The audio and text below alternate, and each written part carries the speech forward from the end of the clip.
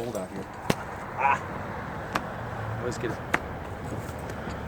So I've got this roof all put together, or at least the components put together and painted and ready to assemble. I've got some corables up there to set it on so I can lift it alone, and it's going to get fastened right to that tan line up there. So I'm going to try to do it as quick as possible. So here we go. I start by installing some legs with a single screw so they'll pivot, and that lets me hold that up alone. It's a handy way to work alone.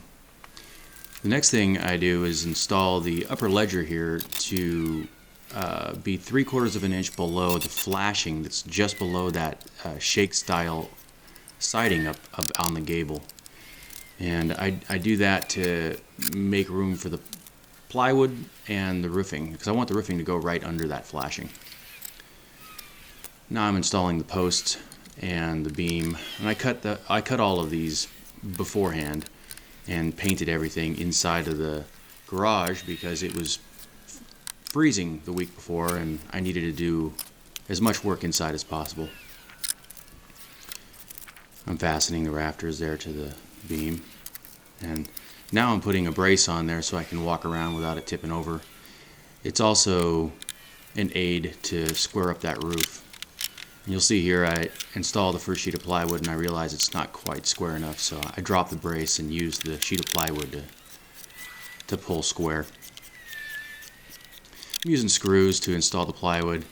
Why not? It's a small enough roof.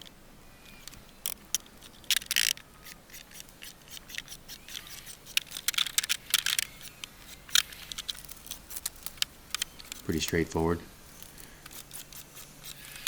Now you'll see here, after I'm done screwing off the last couple of sheets, I move on to the shingle mold. It's like a trim that holds up the edge of the shingles. It's just basically some cedar trim. And I have to cut the edges off there so that the flashing will work. And then you'll see here, I realize I have to cut more. There's a notch that needs to be there so that the gutter that goes under the drip edge can go past that trim.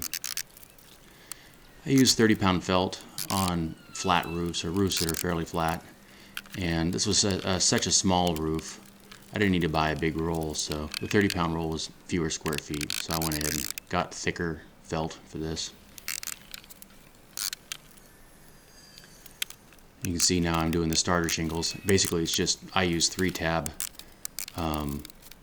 composition asphalt roofing, and I just run around the edge and use the non 3-tab edge, the straightest edge, and start the shingles, give it an edge to start the roofing at, make sure everything's straight.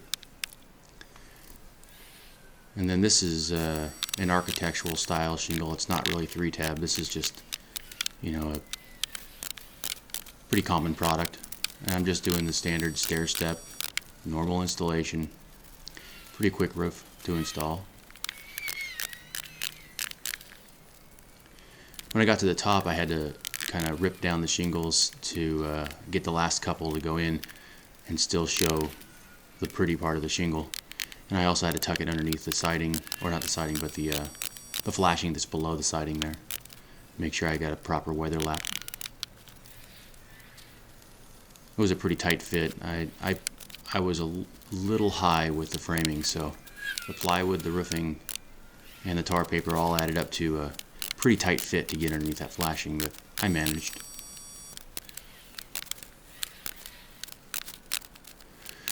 I also ran a vent that was it comes out of my shop, and I installed that vent. It's not in this video, but I installed it between two of the rafters of the shed roof so that it vents out the eave of the shed, and that way if I frame walls or anything on the shed, it'll still vent when I have it all enclosed.